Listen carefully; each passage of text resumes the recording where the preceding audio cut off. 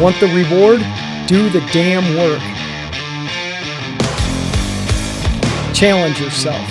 Inspire change.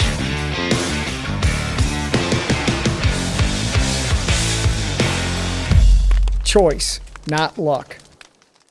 Hey, what's happening, everybody? Todd Crandell here with another episode of Ignite Euphoria, and I have two awesome dudes here today. One, Justin Blanco and Rick Orner. How are you guys? Good. So what have you done already this morning? Worked, 6 o'clock. And where are you going when you're done here? Back to work.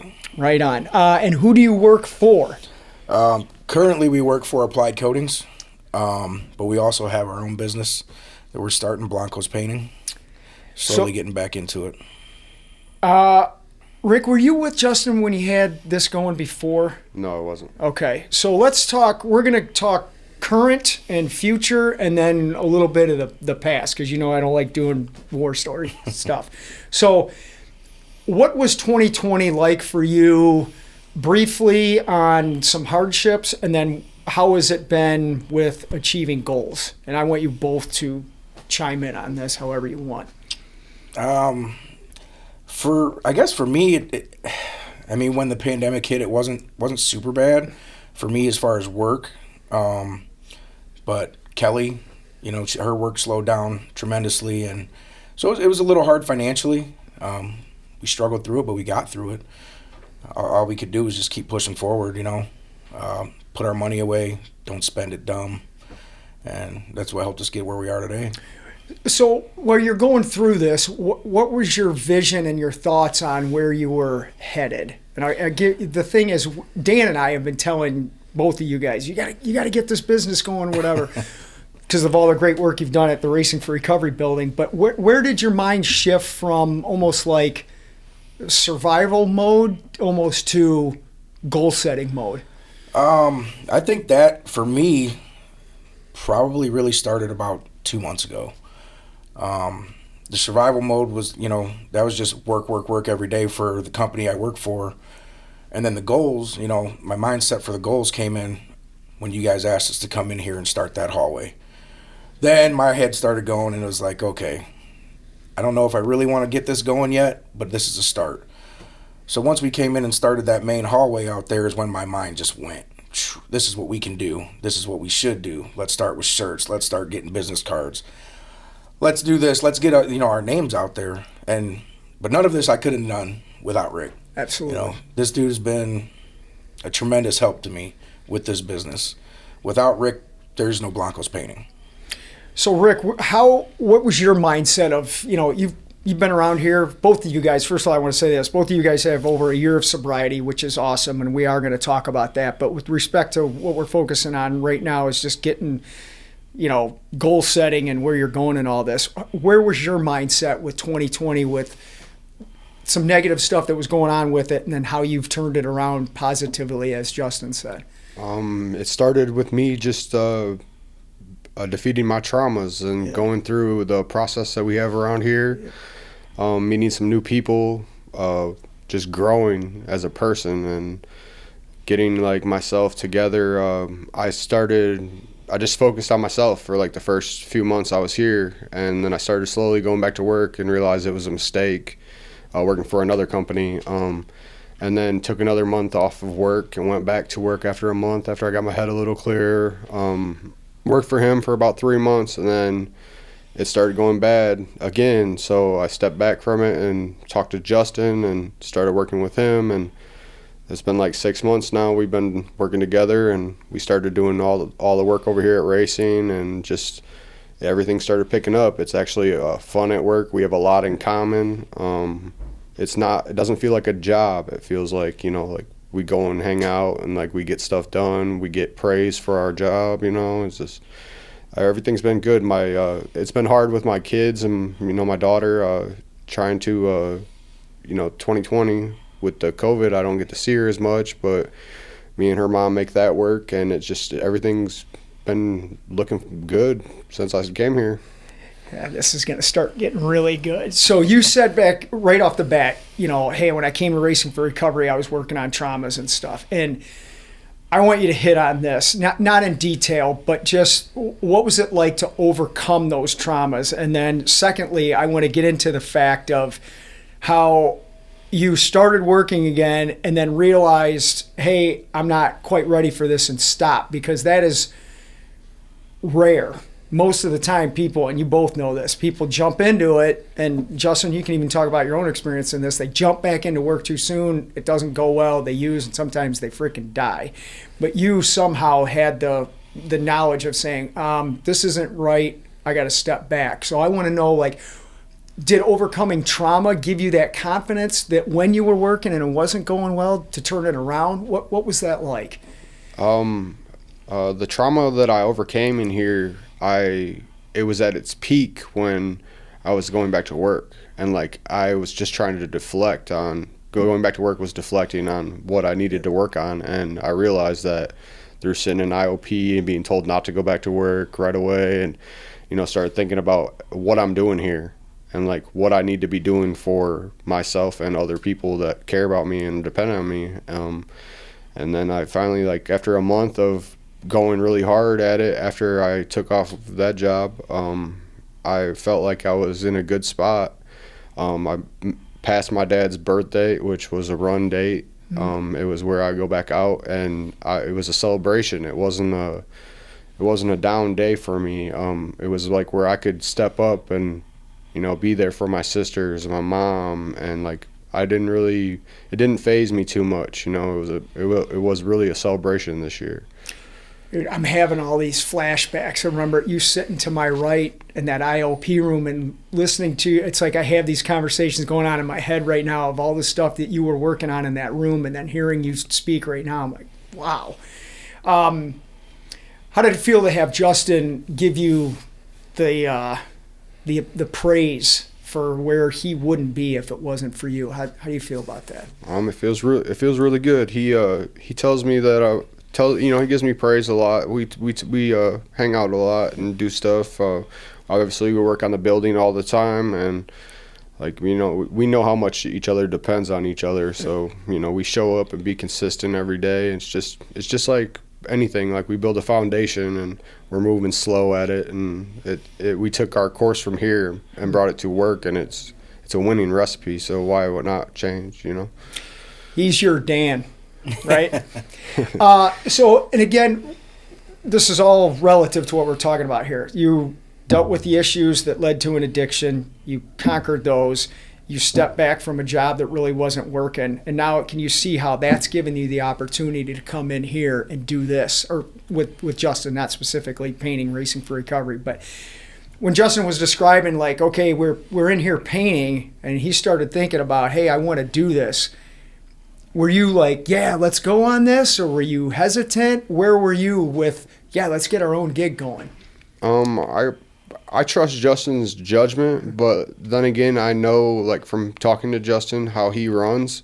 So I heard backstories about him, about going back to work and moving a little bit too fast. So I know, like, I always tell him, like, just we'll do it one step at a time, keep going. Like, we just got to keep moving forward. And that's like, whether we get here or there, we're still moving forward. So 100%. So Justin, and this is where I'm going to come back to you. Let's talk about, why it didn't work for you. You mentioned Colorado before or whatever. So you had this all before, and what's the word? I want to say didn't utilize it right. I don't want to say lost it. You didn't utilize it correctly. What's your path of healing been through coming through racing for recovery with trauma and now really finding your stride again? Well, so I started this back in 2015 when my first attempt at sobriety, and it went well for a little while, but I started to feel like I deserved some things, and when I started to feel like I deserved some things, I got what I deserved. You know what I mean? Yes, because of the things that I started to do again with the drinking, and that eventually led to using. And the demise of the business I had. I ended up moving to Colorado in 17 and started out there. It was the same thing. Yeah. Doing great. I deserved to have this and have that, and again, I got what I deserved. I came to Racing for Recovery in 2018 in February. I decided that I was good. I could go back to work after 30 days. And I remember you asked me the question, are you ready? Because you wouldn't give me an answer. You said, I'll never give you an answer. I'll always ask you a question, and you did. And I said, yeah. I started at Texas Roadhouse. I was doing dishes, went back to painting, and ultimately left Racing for Recovery, which was probably the worst decision I've made in the last 5 years. Ended up in jail. I think I was there 2.5 weeks, so I lost my room here. So I ended up back on the streets in a house where I shouldn't have been. I think I was gone from June to October. When I was arrested, October of 19, ended up making a decision. I told Kelly, I said, call Dan. I said, I need to go back to Racing for Recovery. I had somewhere to go when I got out, but that's not where I wanted to be. And I think that's when I finally knew that it was it for me. That was it. I didn't want to live like that anymore. For the longest time, I didn't think I deserved some of the things that I would get, in sobriety. And that's a lot of what I worked on this time here, was knowing that I was worth all of those things and that I did deserve them. So that's what I focused on. One of my traumas, like Rick, was my mom passing away, which was 20 years ago. But I used her as an excuse every year. Every year I used it as an excuse, and I had to, stop doing that. It's not fair to her or her legacy. So once I realized that and started focusing on getting the things that I deserved and being happy, and I set a lot of boundaries with family and myself. But yeah, I had to work on all of that stuff to get where we are today. And, if I wouldn't have this, we wouldn't be sitting here talking to you, or at least I wouldn't. This is where you guys are going to help me get better at what I'm fortunate enough to do. Rick, I don't think we ever had this conversation this way, but I know Justin and I did. So let's back up to that time where instead of asking a question like, are you ready? If I just told you, dude, you're not ready to do that. How do you think you would have received that if I conducted myself in that manner? At the time, I probably would have maybe stretched that out another week or so and went back to work anyways, because you can't tell me what to do, right? I'm grown. Exactly. I wish you would have said no, but I don't think my decision would have been any different. And that's why I don't say that stuff. I've seen this movie many times, right? So I do what I do with posing questions, give a ton of examples of, hey, Steve, Harry, Frank, and Tom all did the same thing, and this is what happened. And you guys are like, yeah, I'm going to still do that. Because who am I or who is Dan to say you can't, we don't do that. Right. And it's kind of, you're a dad, you want to tell your kids, hey, and then they're going to go and do whatever they're going to do. So, but coming back, can you describe like what really changed in addition to, you didn't want to live that way? What was it that you were like, okay, the way I've been doing this isn't working. I'm actually going to do what Racing for Recovery is talking about, to then put you in that position when you're painting our hallway. You're like, I'm going to do this right, and it's going to work. Yeah, I'm not really sure, man. At the time I made the decision to come back here, I had a lot of things going through my head, but a lot of it was, probably just not wanting to fail again. Wow. I always thought the biggest thing for me was the fear of failure, but it really wasn't. It was the fear of success, because I didn't think I deserved any of that, like I said. And I was just scared to be successful, because I haven't been. I used for 17 years straight, and my life was chaos. That's all I knew. I didn't know how to, be a productive member of society, how to be a good dad, how to be a good brother, all that stuff. But my kids, especially my 17-year-old Cameron, just her faith in me is probably what drove me the most to come back and to get this right this time. Not saying that, she's any more special than any of my other kids, but she had my back through my whole addiction. She never let anybody talk me down. She never talked me down. As mad as she was at me, she always pushed for me to do better. And it finally just clicked. It just clicked. Like I said, when I went to jail, first thing I did was told Kelly to call here, because it was time to get my life back together for everybody else. That's awesome. Rick, you mentioned earlier, like going back 2 different times to work as well. And I don't want to put words in your mouth, but I take it the environment really wasn't conducive to wellness, let's say. Is that accurate? It started out that way, but like it was supposed to be a part-time gig, and it ended up being full-time, and it was just I needed to do stuff here, and it was stressing me out and just creating, chaos in my head, and I decided to take a step back from that and and work on things, and I still went back to that job a month later, but I was in a way better headspace. I was in the 4 to 5 month range, almost 6 months clean, and I was in just a way better headspace, and I was able to manage like the chaos better. So what's it like to have a productive environment in your own head and then peer support around you to keep that, or as I like to say, the crazy people in our heads from talking to ourselves? Because that's how I look at you guys. You have your own sober environment, and it's conducive to wellness. Somebody's not, burning one on break or whatever, So how has that positive environment helped you guys individually, and then how's it helped you collectively?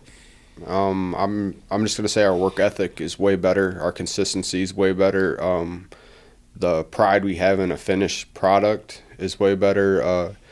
We feed off each other. I feel like I don't want to let Justin down, and like when we're going through something, we have each other's back too. We in the course of working together, we found out that his mom and my dad passed away on the same date.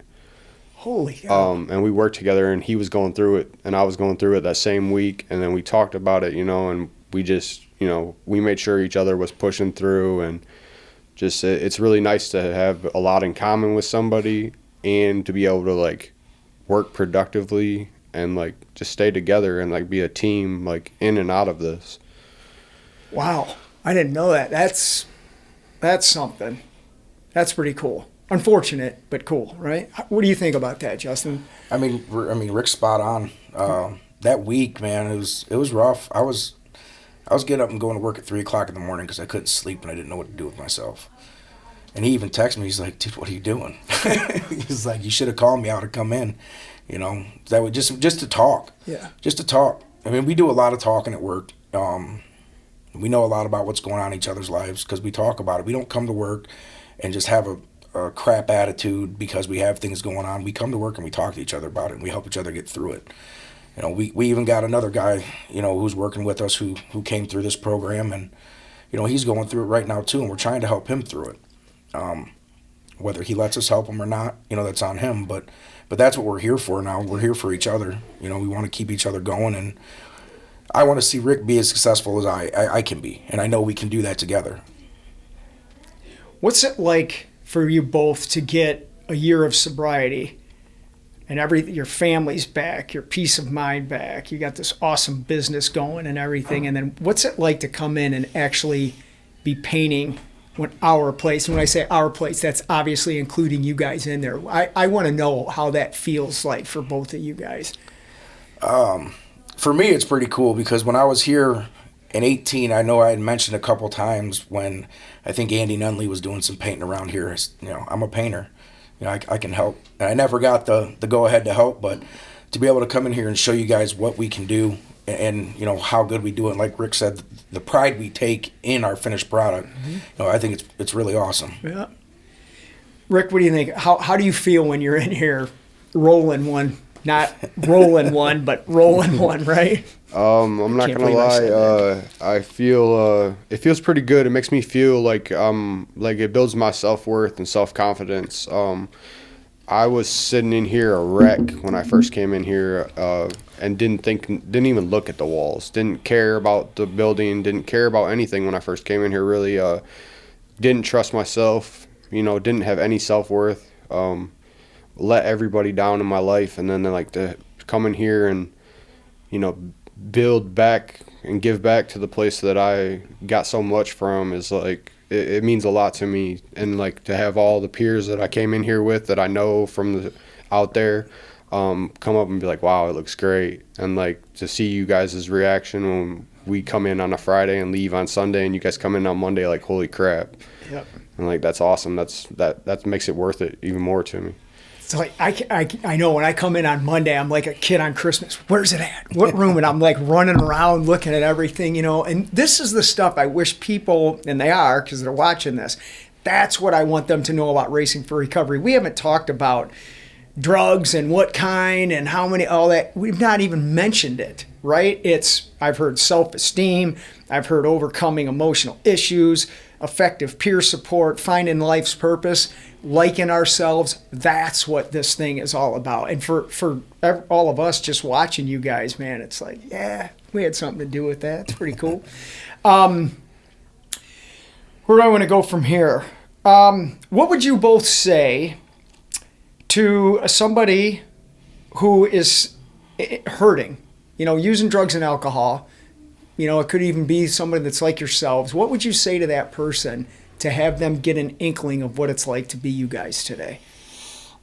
I've kind of had this conversation recently. My cousin's going through it with alcoholism. He needs to have a heart surgery and can't have it because of his liver count.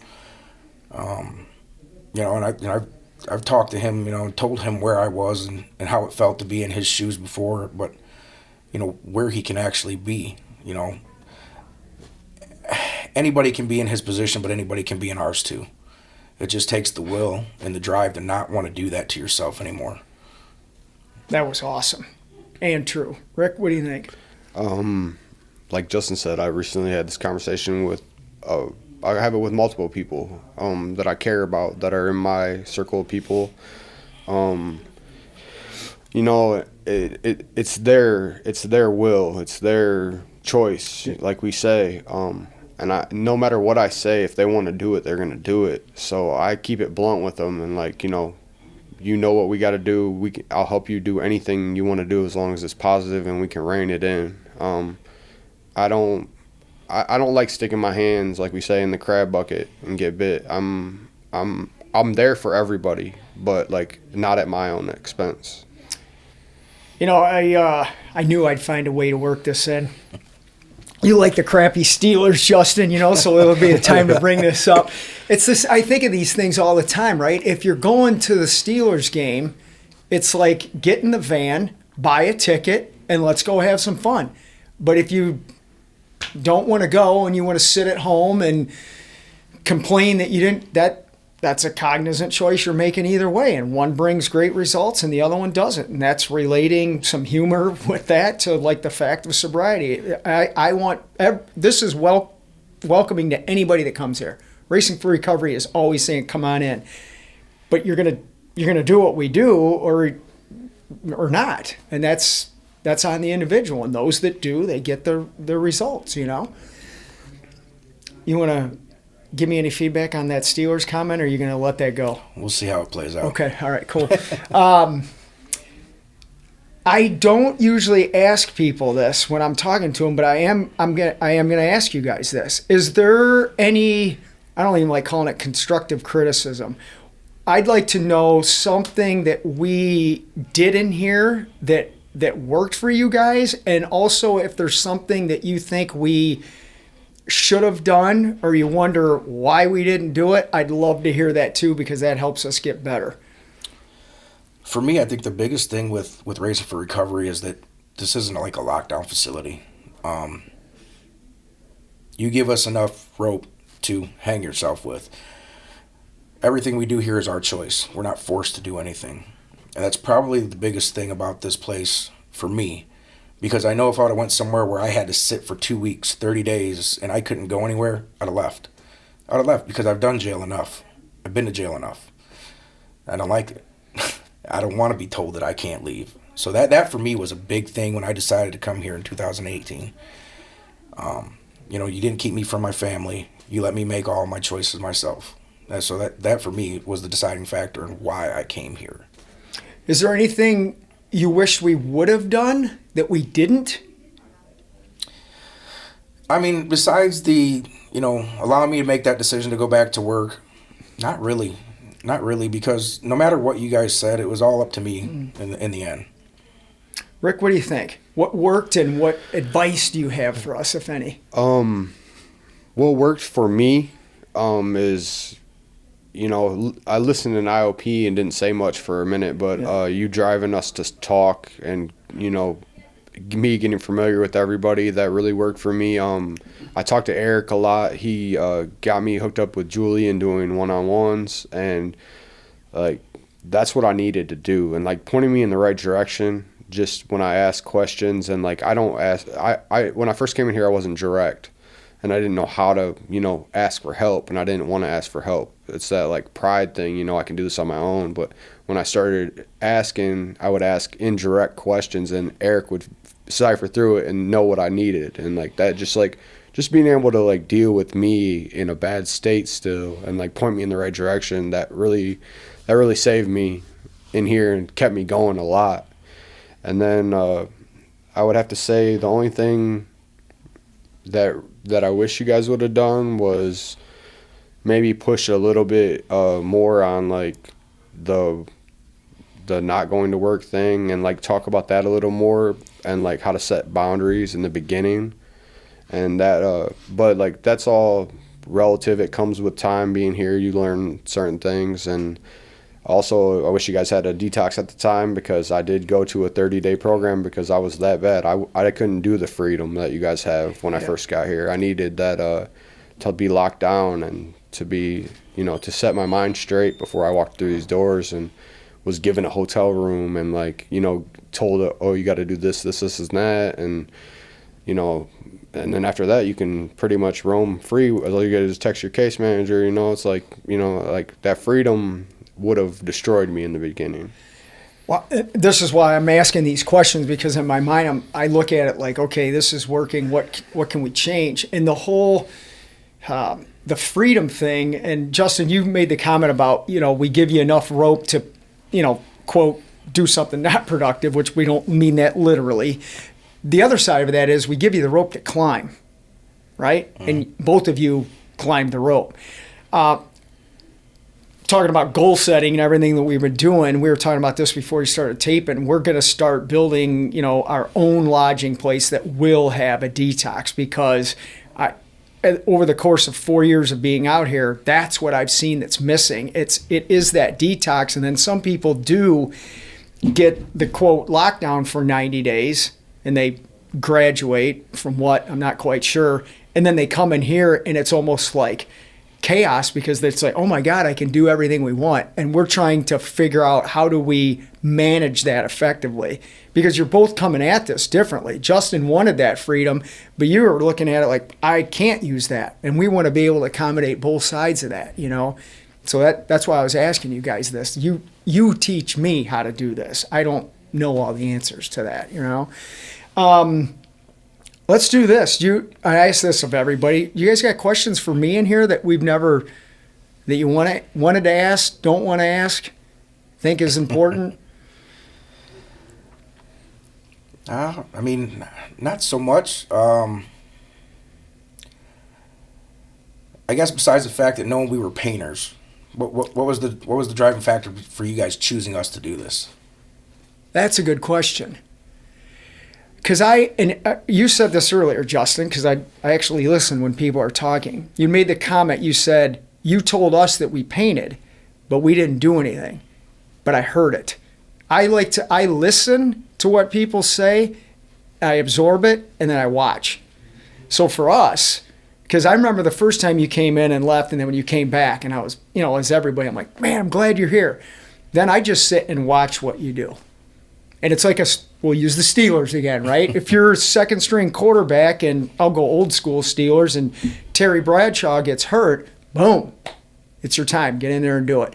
And that's what we look at people. I'm like, I know he likes to paint. I know he likes to cook. I know she likes to do whatever. And then I watch, and they do. And then boom, here's your opportunity. Go do it.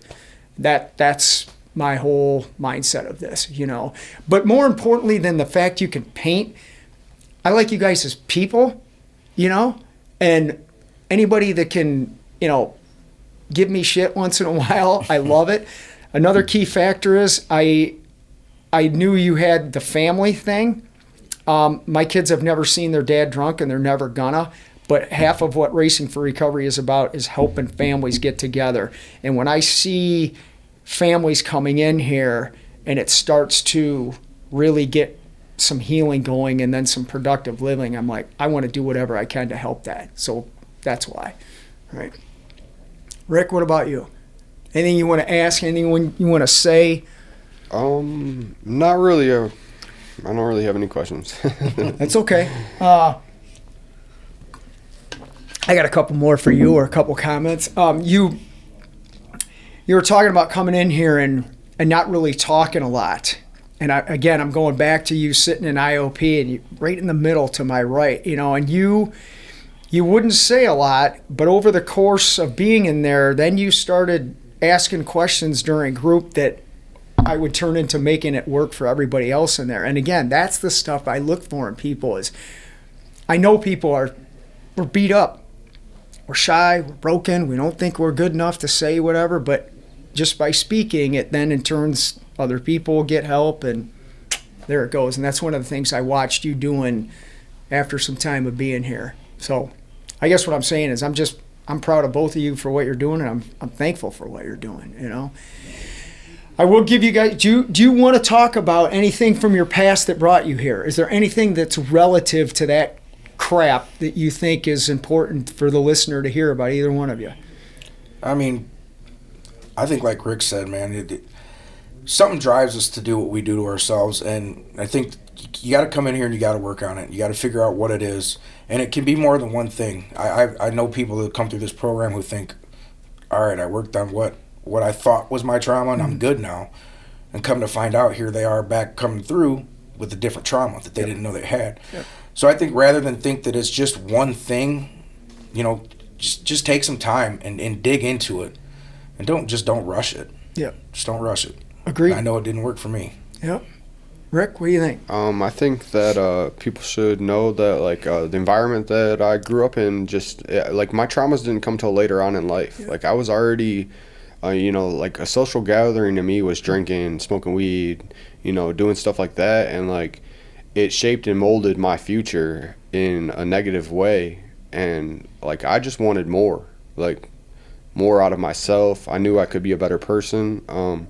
I've always told I'm really smart and I can do these things, but I just didn't care or didn't want to care, you know what I mean? And I took a lot of time, and it took a lot to build myself up to be the person that I am today.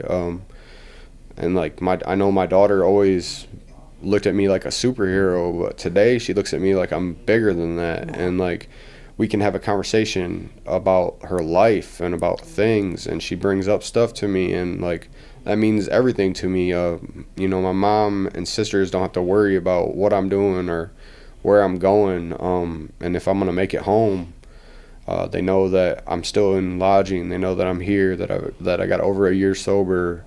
They have confidence in my decision making today, and I can help them out. Like they say, it's cliche, but it's my cup's almost it's filling. Yep. So I can give a little bit out here and there, and I'm ready to I take that to the next level. I help out my friends, my family now. I have a good group of people around me, and that means a whole lot to me. It took time and patience, and a lot of work, a whole lot of work. Not going back to work for 4 or 5 months was hard for me. I love working. I love the hustle and bustle and getting tested. That was really hard for me, but I knew that my mind space needed to be correct to go back to that. And everybody talks about money, and it has never made me happy. It has got things done, but it has never made me happy at the end of the day. So I want to be happy, and that's the bottom line. If you want to be happy, you're gonna pick things over other things, and make the right choice. And I feel like I've done that so far. I can't wait for this to air, man. This is good. So I want to give you guys another compliment that we haven't talked about, the word gets used a lot, and then I want to ask you what's coming in the future for both of you. What I'm hearing throughout this whole time we've been talking is there's been a willingness to have an open mind, right? And a lot of times those words get thrown around. Well, you got to be open-minded. Well, yeah, but what does that mean?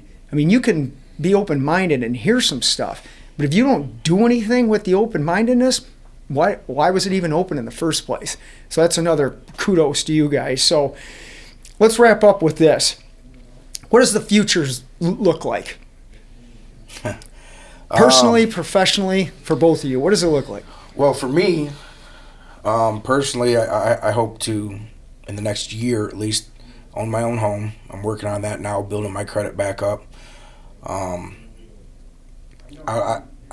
I don't know that it'll be within the next year, but within the next 2 years, I'd like to be working for myself, and have this company really take off. And hopefully Rick will be along for the ride. Like I said, there is no Blancos painting right now without Rick. There definitely isn't. I got to have somebody good backing me, which I didn't have when I originally started this business. So I mean that's my goals for the future. I'm ready to have my own home. We're working on getting my girls back. So we just went to court for that. We got to go back on the 12th. My son's back home now, and just having this business take off, ready to make money for myself and stop making it for other people. That's awesome. Rick, here's a question for you. What do you think was Justin's first response to me when I asked him to come on this show? What do you think he said to me right after that? Well, he actually told me what he said. Oh, but that's a buzzkill. You know, he already knew he was going to be nervous, and you know, if it's better to have somebody else nervous with you, you know. So I guess he just dragged me along for the ride, like he said. It was awesome, man. The first thing back to me, I want Rick to come on there with me. I'm like, dude, I didn't even get a chance to ask you about it. You know, I mean that resonated with me. Just hearing that. Like I said, he's your dad. Nobody that's successful did it on their own, right? Right.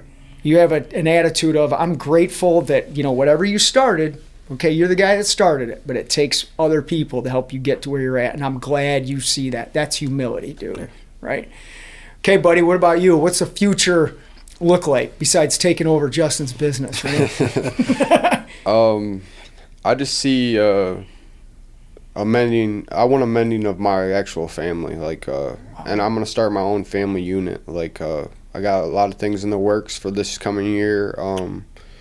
Just taking it slow and using the recipe that we learned here. You know, continuing to work with Justin and build his brand, so that we can get somewhere greater in life. You know, I'm not about the money, but I'm about like being successful.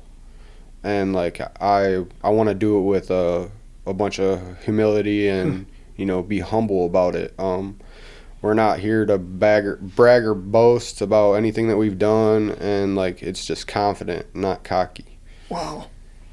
Is there anything you want to say to your family that when they watch this, they can hear you talk about with that? I think you know, everything that I said is spot on, and you know, they know who this guy is. Okay. You know what I mean, today. Cool. Well, I want to tell you guys that again, I'm proud of you for everything you're doing. It's weird coming from me, but I am. I'm proud of you, and it's a joy for us to watch you guys shine. You know, I can't wait for you to do more stuff around the Racing for Recovery building. It looks phenomenal. I can't tell you how many people that like haven't been here in a while that are coming in here and they're like, holy cow. And I'm like, yeah, Rick and Justin did all this. Or even the new folks that are coming in, I'm hearing, oh, the place looks great. It's vibrant. It's everything. So I really appreciate what you guys are doing. We appreciate it too. Thanks for coming on here. Until next time, everybody, check out more episodes of Ignite Euphoria on our YouTube page. And if you or a loved one is struggling with addiction, please get a hold of Racing for Recovery. You can call us at 419-824-8462 or get us through our website, racingforrecovery.org. Take it easy. We'll see you soon.